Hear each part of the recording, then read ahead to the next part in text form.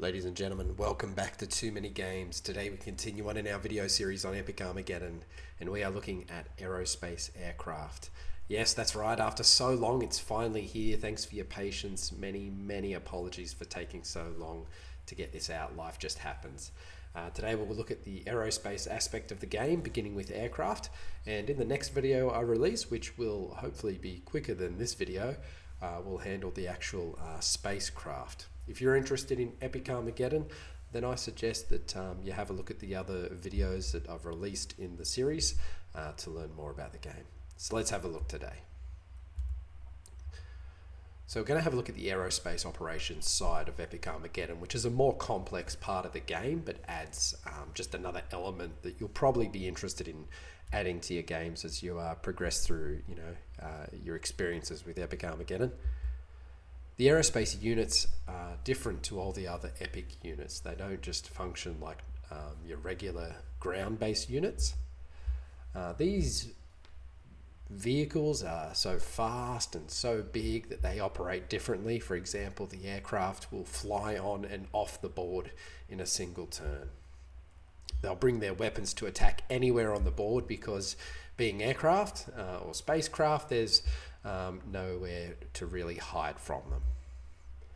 They can transport units into battle too, which is a hugely flexible part of the game, giving you another option to add to your strategies.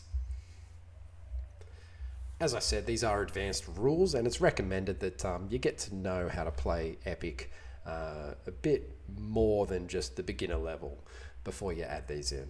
But once you're there, add them in. They are a lot of fun, and they do add just another element to the game that gives you a real combined arms feeling. There are two types of units when we look at the aerospace units. We have aircraft. These are fixed wing and can operate in a planet's atmosphere, essentially. On the data sheet for the aircraft, they'll list fighter, bomber, or fighter-bomber instead of a speed value, and that's the way that you'll be able to identify them.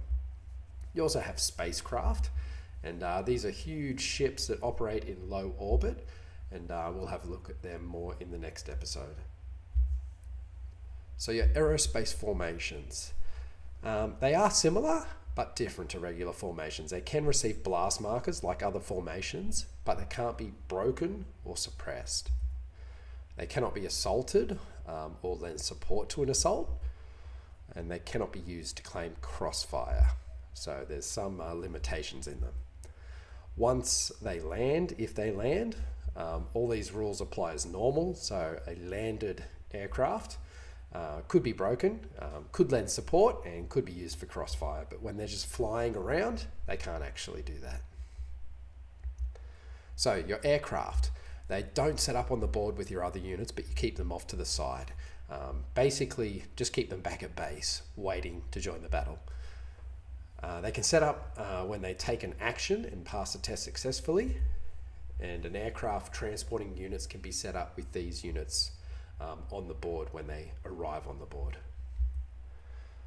So, what actions can you have with your aircraft? They can enter the battle by taking one of these following actions, and they need to take one of these in order to enter. An interception action, a ground attack action, a combat air patrol action, or stand down, and stand down actually won't let them enter the battlefield. So what's an interception action? This is available to fighters and fighter bombers only, so you can't do it with your regular bombers. How do they do this? Well, you take an action test as you would with any formation in Epic. You then set up your formation on the board edge, on your board edge, if you pass that test. You make an approach move, you then attack an enemy aircraft, and then you make a disengagement move in the end phase and exit the board. So an interception attack is basically flying onto the board to attack another aircraft. So you have ground attack option. Now this is available to any aircraft. It doesn't matter if they're a fighter, bomber, or fighter bomber. How is this done? It's much the same way. You take your action test first. You set up on the board edge, on your board edge if you pass. You make an approach move. You then attack enemy ground units instead. And then you make a disengagement move in the end phase and you exit the board. So it's a very similar way to how you do the interception attack. Combat Air Patrol, or CAP for short, is a little bit different for aircraft. Fighters and fighter bombers only can take this, so again, your bombers cannot be on Combat Air Patrol. How do they do this? Well, again, you take an action test. You set up on your board edge if passed to show where it will enter play. However, you don't enter play straight away. You can carry out an interception attack in response to an enemy ground attack with no action test being required. And we'll go over this a bit more soon, but it's basically putting them on hold and waiting to respond to an enemy ground attack action. You'll then make the attack against the enemy aircraft after their approach move, but before flak fires at them or they make their attack. Bit more on CAP. Formations on CAP remain on CAP until they make an interception. Think of CAP as an overwatch for aircraft, I like to think. And at the end of the turn, they choose to remain on CAP for their next turn or return to base as normal. That will happen if they have not performed an interception attack as a response to an enemy ground attack. Only one formation on CAP can intercept a ground attack. So you can have multiple formations on CAP waiting to enter, but you can only select one of them to intercept the enemy. CAP allows you to interrupt an enemy ground attack as an action within an action. So it's a little bit different to the other ones because you'll essentially be performing the attack in your opponent's action. After an interception occurs, as a result of CAP, the ground attack that was attempted by your opponent will then continue, provided they're still alive. Stand down action. The formation, if it selects this, does nothing this turn. An aircraft that fails its action test must stand down. So you can select this, but generally it happens when you fail a test to enter the board. You can't choose the other three actions to do, so you have to stand down instead. All right, time for an FAQ. Can a formation on CAP choose to carry out an interception action in reaction to an enemy CAP interception? So can you intercept interceptors is the question basically. And the answer is no, you cannot. You can only choose to intercept an enemy ground attack action when you're on CAP, not an intercept action. What is the order of events with regards to aircraft, anti-aircraft, and flak attacks, CAP, and landing? Now, this is possibly the longest FAQ answer in the game, and it's quite confusing. This will make a lot more sense after we finish this entire video, so I would recommend if you're reading this or hearing this and it makes no sense, that is okay. Just revisit this afterwards, and it's really just an order of operations question. An aircraft formation activates and makes an approach move. Okay, simple enough. If the action taken was a ground attack, an enemy aircraft formation on CAP may choose to carry out an interception attack against it. So if you're ground attacking, your enemy can intercept you with their CAP fighters. If this occurs, then the enemy aircraft formation makes an approach move. So that's the CAP fighters, the interceptors, and all flak attacks from the aircraft formation from any friendly aircraft formations that are within range at the end of the enemy's approach move, and any friendly ground units with AA value that were in range during the enemy's approach move are resolved against it. So you enter the board, the CAP interceptors enter the board, your aircraft and flak attacks can attack the interceptors coming to get your guys in that order. I know it's tricky. Before they roll for saving throws, they can choose to jink, which we'll look at more later. Following this, all anti-aircraft and flak attacks from any enemy formations that are within range at the end of the aircraft's approach move and enemy ground units with AA value that were in range during the aircraft's approach move are resolved against the aircraft formation, and before rolling any saving throws it may choose to jink if it's not a bomber. This is getting pretty complex, as you can hear. If the aircraft formation has transport capacity and is carrying out a ground attack, it may choose to land, at which point it becomes a ground unit. If any units disembark, they and the aircraft formation may be subject to overwatch.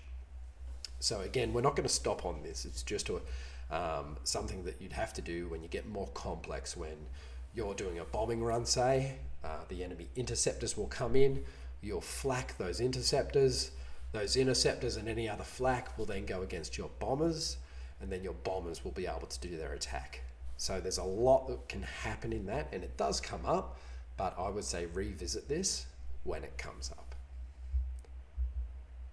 And lastly there, the aircraft formation resolves its attacks or fights an assault if it decided to air assault, which we will have a look at more later. Alright, aircraft approach moves. This is when you're entering the board with your aircraft. When carrying out an interception or ground attack, aircraft are set up on their player's board edge, so you must enter the board from your own board edge, not from your opponent's or one of the neutral edges. After being set up, it will carry out the actual approach move to where it wants to perform its attack. It has an unlimited move distance, so you're not restricted by how far you can fly around on the board. You can move over terrain, you'll ignore zones of control, you'll ignore other units when you're moving. However, you must travel in a straight line when doing the approach move unless you're turning. The class of aircraft, there are classes of aircraft, as we've seen, fighters, fighter bombers, etc., and this affects how they turn. If you're in the fighter class, you can make a 90-degree turn after each move of 30 centimeters. So you have to move 30 centimeters and then you can turn the aircraft up to 90 degrees. You then have to move another 30 centimeters before you could perform another turn of up to 90 degrees. So you're limited in how quickly you can actually turn your aircraft around. Bombers are even more restricted. Their turn can only be 45 degrees after every 30 centimeters. So again, move 30, turn 45 degrees or up to, move another 30, make another turn, and continue it on like that. Fighter bombers, if they're making a ground attack, they move like bombers. Otherwise, for interceptions or cap, they work like fighters. So they've got a bit of flexibility in how they do it. Let's have a look at an example here. We've got fighters and bombers. We'll start with the fighter first. Makes a 30 centimeter move onto the board. It can then turn up to 90 degrees, move another 30 centimeters, turn again. You could then move another 30 centimeters, and so on and so on. You have to move at least 30 centimeters before you can perform that turn. You don't have to move a full 30 centimeters, but you couldn't actually turn if you didn't. The bomber, similar in that it comes on 30 centimeters, can then turn 45 degrees, travel another 30, turn 45, travel another 30, turn 45, and so on and so on. So hopefully you get the idea there of what these approach moves actually look like. All right, let's get into some of the good stuff, the attacking. After you've done your approach move, aircraft can carry out an attack. The interception action allows attacks against other aircraft formations. So interceptors are going after aircraft. Ground attacks allow you to attack ground unit formations, as you might expect. These attacks ignore terrain that block line of sight, and the crossfire rule does not apply to aircraft. So essentially you ignore anything that's going to block line of sight because it's assumed that you're flying high enough and that you can kind of maneuver around that terrain to see your targets. Resolve the attack using the normal shooting rules. So weapons work the same, the hit rolls, all that stuff, the saving throws, all works the same. After the attack, the aircraft's action is over and it does nothing else. So it will just stay there on the battlefield, and it remains in play in that spot until the end phase, and we're going to see how that works later. During that end phase, it will take a disengagement move, much like an approach move, and it will exit the table. So again, it enters and exits all in the one turn. More FAQs for us to have a look at. Can an aircraft end its approach move in the middle of an enemy formation in order to ensure a specific target is allocated hits before other models? This is a bit of a gamey question in some ways, saying if you want to hit certain models and make sure they're the ones taking the hits instead of the ones at the front. It's a little bit gamey if we remember that you have to apply hits to the front of the unit first. The answer therefore kind of nullifies this strategy. It says no. If an aircraft ends its approach move in this manner, then assume that the fire is coming from the direction of the approach move. I like to think of this as like a strafing attack, in that you've strafed the entire formation. You have not just sniped a couple of units in the middle of the formation. Do aircraft that attack ground formations suffer to hit modifiers for cover? Only if the target is in cover. If the target is obscured, then no, because aircraft ignore anything that might block line of sight. So again, cover can work in the two different ways. You can be in cover, say if you're in a forest, in which case you would be in cover for the purpose of the attack.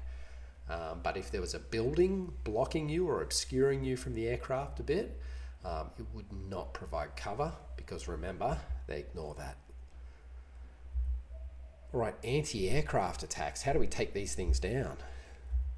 Some weapons have an anti-aircraft attack value that can be used only against aircraft, and you've probably seen that with the AA value before. These shots can be used during flak attacks or interception actions. Ground units can only shoot at aircraft during flak attacks and not during a normal action. So you can not just do a sustained fire action and shoot at an aircraft. It has to be a special flak attack that you use your actual AA weapons. Your roll to hit with AA weapons value is normal, and if a hit is scored, the aircraft will make an armor save as normal. So it still operates under all those same rules that you're used to when it comes to Epic Armageddon.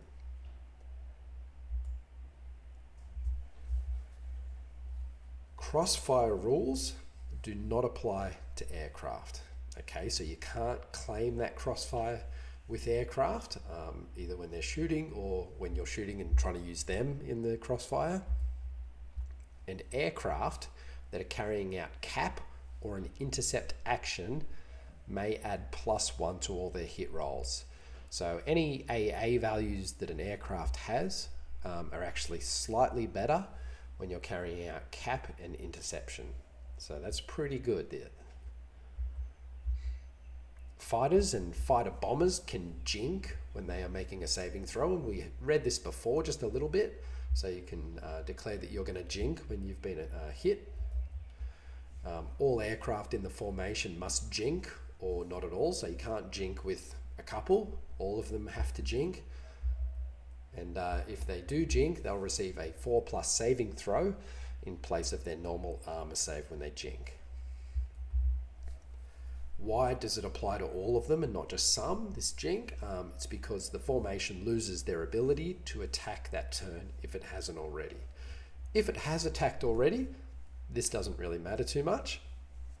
However, it can in some cases. However, if you're, say, making a ground attack and you jink before you attack because maybe you got intercepted, then you would actually lose your ability to attack in that ground attack. So there is some cost to getting this 4+ save. FAQ time. Can weapons with an AA value be used to attack landed aircraft? And the answer is no, because we'll see when they're landed, they're actually just normal ground units. Are jink saving throws invulnerable? That's a good question. No, they're not. They can still be ignored by things like macro weapons. Okay, flak attacks. AA weapons can attack aircraft after they make their approach move, but before they attack. So when you enter the board with your aircraft, there is some risk that you will get shot down by flak attacks from the ground. This is called a flak attack. Aircraft making ground attack can also use their AA weapons to attack other aircraft that fall within their AA weapons fire range. This is, I would say, probably one of the more overlooked parts and forgotten parts of it. But if you're making a ground attack, you can use your AA weapons to attack other aircraft within the fire arc. Something to remember, and you will forget it, so it's always a good reminder. Making a flak attack will not remove the overwatch status of a ground unit. So if they're set up on overwatch, they can flak, and it doesn't affect their overwatch, which is handy. This is an important one. Units that have marched that turn or that are broken cannot make a flak attack. This stops you from triple moving or marching one of your formations to set up a little flak trap for somebody. Flak attacks are free attacks and do not stop a unit attacking again later in the turn. So a flak attack is an exception to a lot of the action rules in the game. You just get the flak attack when you have that opportunity if you would like to, and it doesn't affect the rest of your turn, which is helpful. Flak attacks can be made by the one formation multiple numbers of times, as long as each attack is against different formations. So if you, let's say you have some Hydras set up in your Imperial Guard army, they can attack multiple formations of fighters or bombers in that turn. There's no limit to that. They just can't attack the same aircraft formation more than once. And formations that took a move will fire with a -1 to hit for flak attacks made in the end phase. So we're going to see that you actually get to make flak attacks in as part of the disengagement move.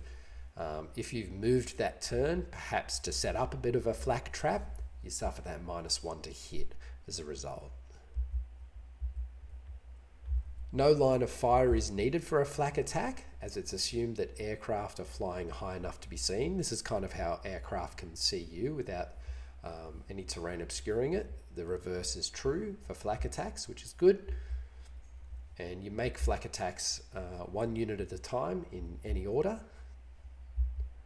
Ground units armed with AA weapons can shoot at the aircraft as they move past them, so it doesn't matter where they stop, it's actually from where they move past.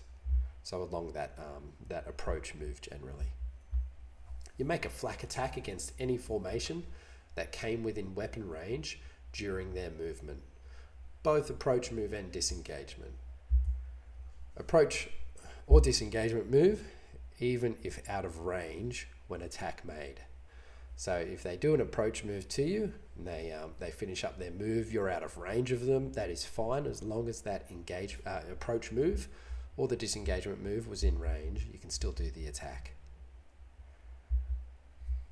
Attacks made against disengaging aircraft are resolved when they reach the board edge before they return to base. So when you're leaving with your aircraft, you can get shot at basically on the way out before you get back to base. Units that shot at an aircraft on the approach may not shoot at the same aircraft when it makes a disengage move, so you don't get two bites of the cherry. You can shoot them on the way in, but then you won't be able to shoot them on the way out. Alright, we've got a flak attack example here that I just kind of cobbled together. So we've got this Orc aircraft coming in. We've got 3 Space Marine Hunters set up. It does an approach move to this location here in the middle, and we're going to say that this first hunter could shoot it even if it's out of range where it lands. The actual approach move was in range, so it could make a flak attack. The second hunter can also make a flak attack because that final position where it landed after the approach move is also within range. It then makes a disengage move at the end of the turn, so let's assume it didn't get shot down. The last hunter is allowed to make a flak attack at it because it basically has come in range on its disengagement move. However, the middle or the second hunter would not be able to shoot it again as it leaves the board on its disengagement move because it shot it on that approach move. Alright, FAQ time. Can units with weapons that don't have AA value be suppressed when making a flak attack? Yes, and they only need to be within range, as all ground units have a line of fire to the aircraft. This is basically just a little caveat that stops flak attacks being suppressed easily. If you do have blast markers and you are suffering suppression, then you can apply that to basically your units that essentially are not going to be doing the flak attack. They can take the suppression for you. Do to hit modifiers for a double, martial, or sustain action apply to flak attacks? And the answer is no. The only modifier that does is the -1 to hit during the end phase if the unit's formation carried out any action that involved a move. So if you are trying to shoot on the way out, basically if you've moved that turn, -1 to hit, that's all. An aircraft makes its approach move and suffers flak attacks from one unit in a formation. As it makes its disengagement move, it comes into range of another unit from the same formation. May this unit flak attack the aircraft? Yes, each unit may only shoot at an aircraft once per turn. So basically saying it's on a unit basis, not on an actual formation basis. So if a unit has shot, it can't shoot in the disengagement. If it's shot in the approach, but a different unit that perhaps couldn't in that formation could. All right, transporting ground units. Some aircraft can transport units on and off the board. When transported off the board, keep them nearby and they can come back on a later turn. Forgive the spelling mistake. An aircraft must carry out a ground attack action to drop off pickup units. So it happens via a ground attack action. You can't do an intercept action or cap.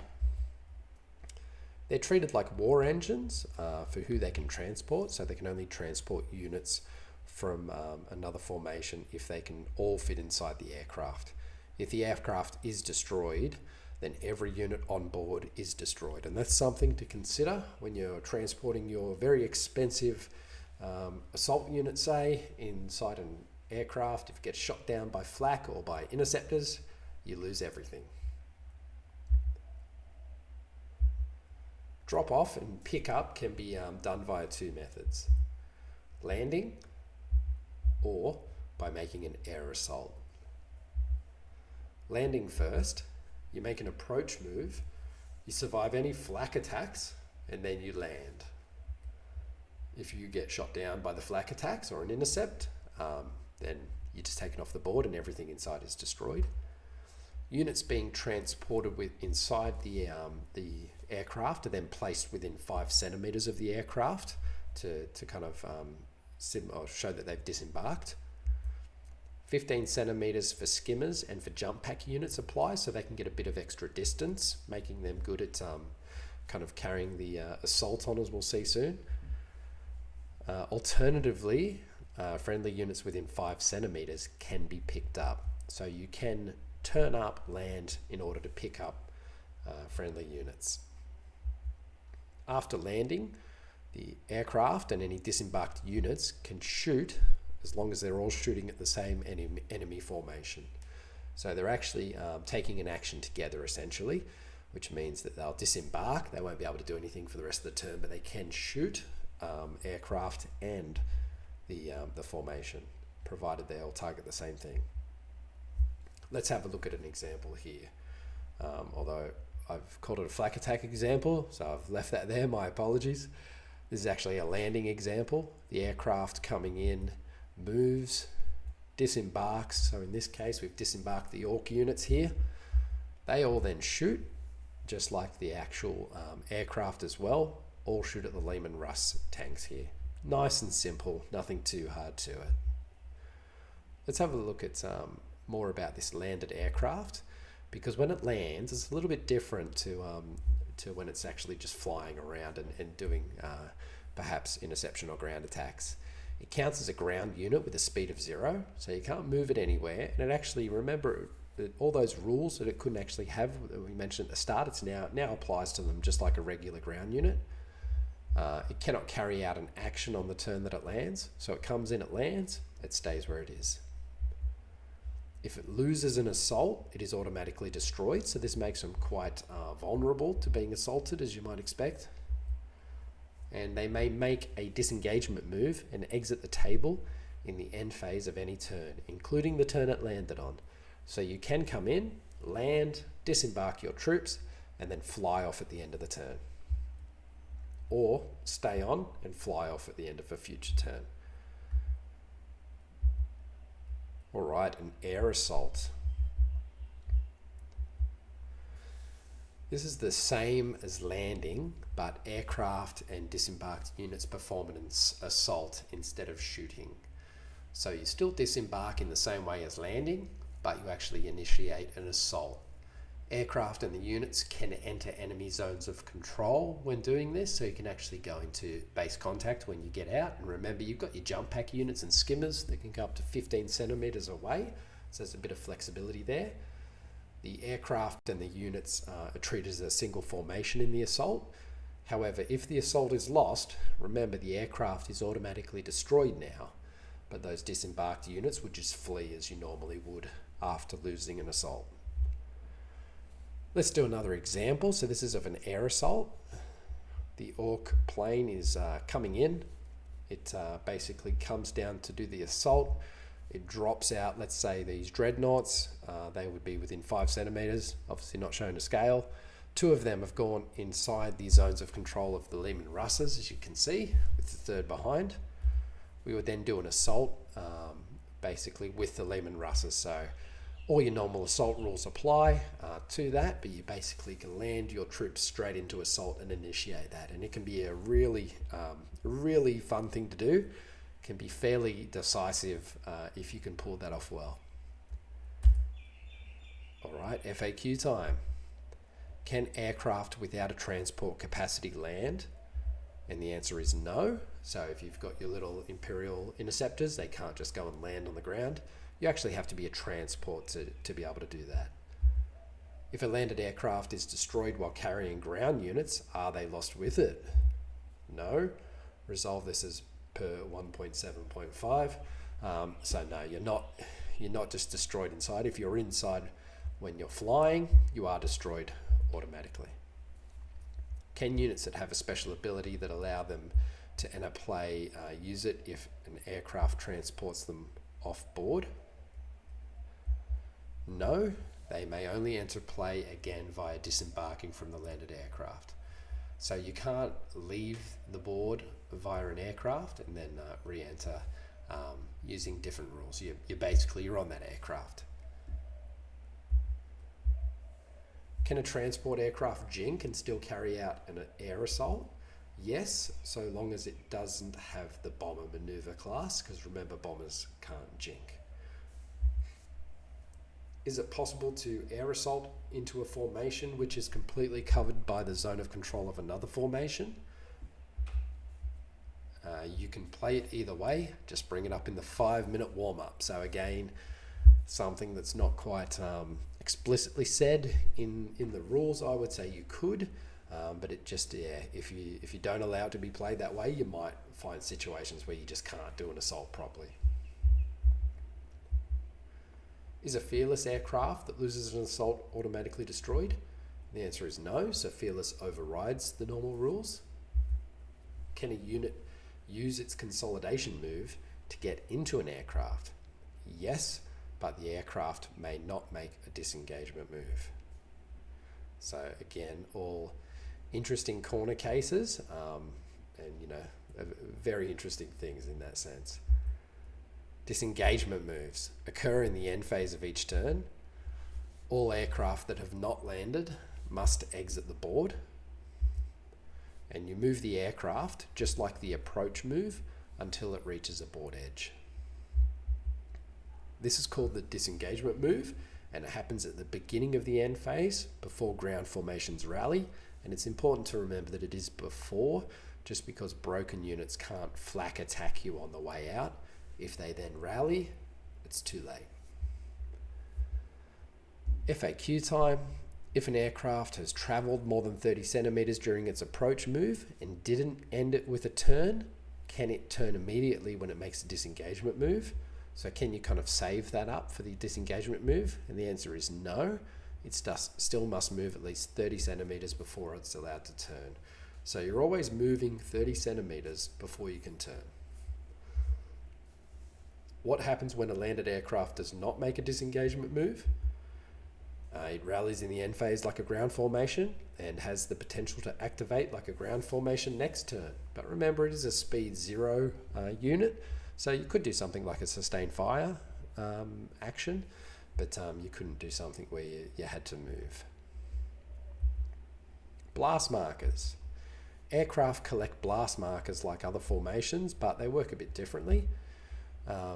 Blast markers get applied to the aircraft formation when they come under attack, 1 per attack. So it is, it can be brutal if there's a lot of enemy flak. They suffer casualties, so 1 per model or damage capacity loss, so standard there. And the aircraft exits the board from an edge that is not the player's edge. So you can leave the board in your disengagement move at any point, any board edge.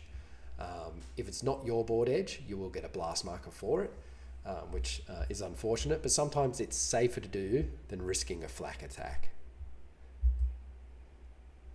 Aircraft are not broken by blast markers and do not rally in the end phase. So remember, if they are landed, they will rally, but generally you carry those blast markers to the next phase.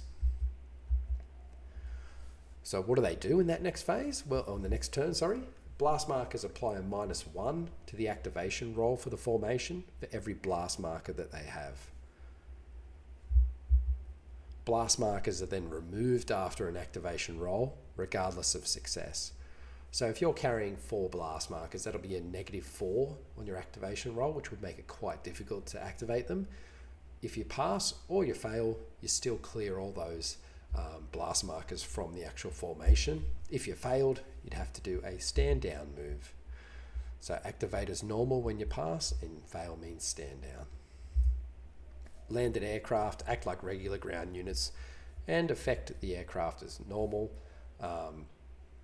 So they may also rally in the end phase. So when you're a ground unit, blast markers can still break you, basically as you would a normal ground unit. So this applies when you're flying, not if you've opted to land and remain landed.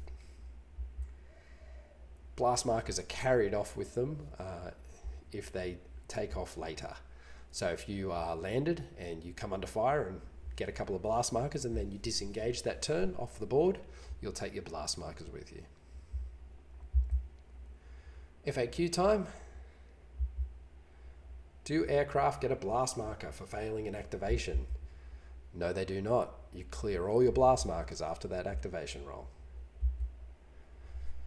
And there we are. We're at the end of another episode on Too Many Games. I appreciate you being here. We'll try and get the next video out sooner than this one was. We're going to have a look at the spacecraft.